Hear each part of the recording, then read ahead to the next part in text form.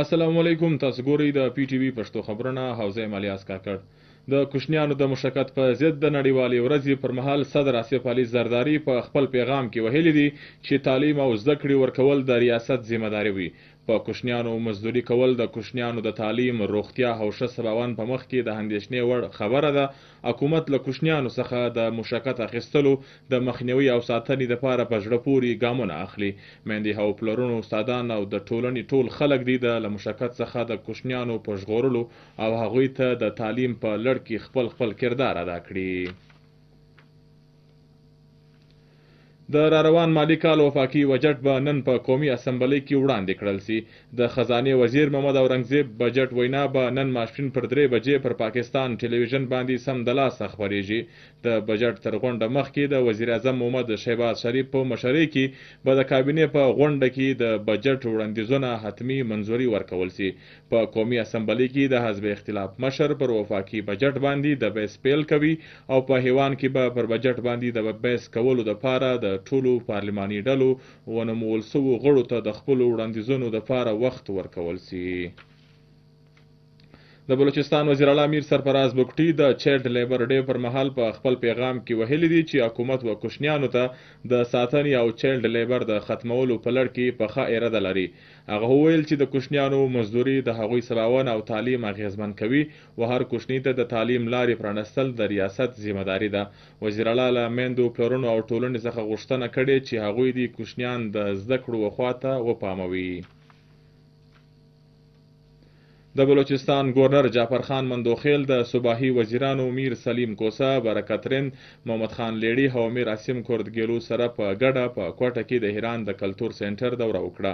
په دې موقع د هران کلچر سنټر ډایرکټر جنرال ډاکټر حبو الحسن میری و ډلې ته تفصیلي معلومات ورکړل.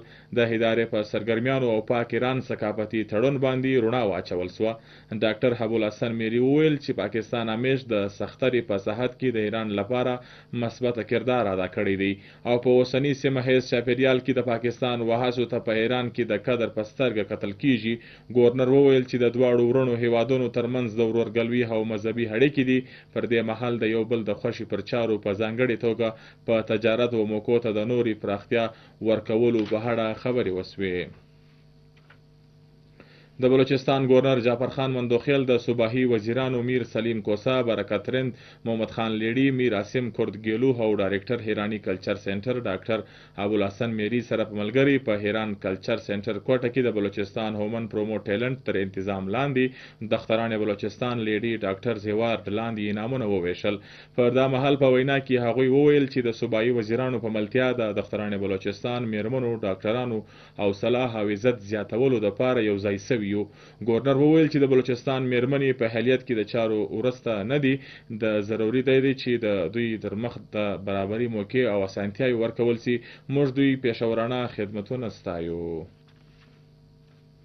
د کورنۍ چارو صوباحي وزیر میر ضیاء الله لانګو ویلي دي چې حکومت به د هولس او تاجرانو په ملتیا سره په بلوچستان کې د امن و امان په ضد سازشونه له ناکامۍ سره مخامخ کړي.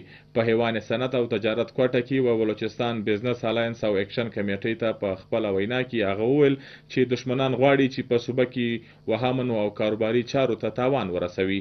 تر کامیاب خبرو وروسته د تاجرانو ډلو د دکانونو د بندولو او لارو بندولو د هړتال خبره ځنډولې ده. د کورنۍ چارو وزیر او تاجرانو ډلو ته د هغوی د ستونزو د هوارولو په اړه باور ورکړی دی. او اوس د دې سره سم د پښتو خبرونه وفای ته ورسېدل او مشترک اجازت د لوی الله پامان.